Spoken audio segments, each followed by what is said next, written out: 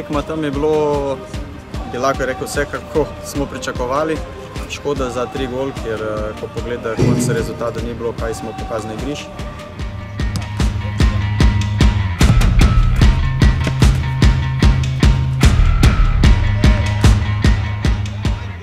Gremo dalje, gremo naprej, jutri je nov tekma.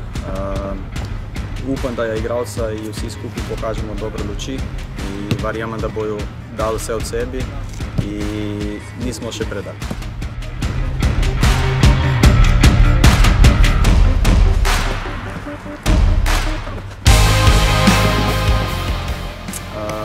Povabimo vsem, da pridem jutri, da podpirate igralci, otroki, ker res zaslužijo vašo podporo.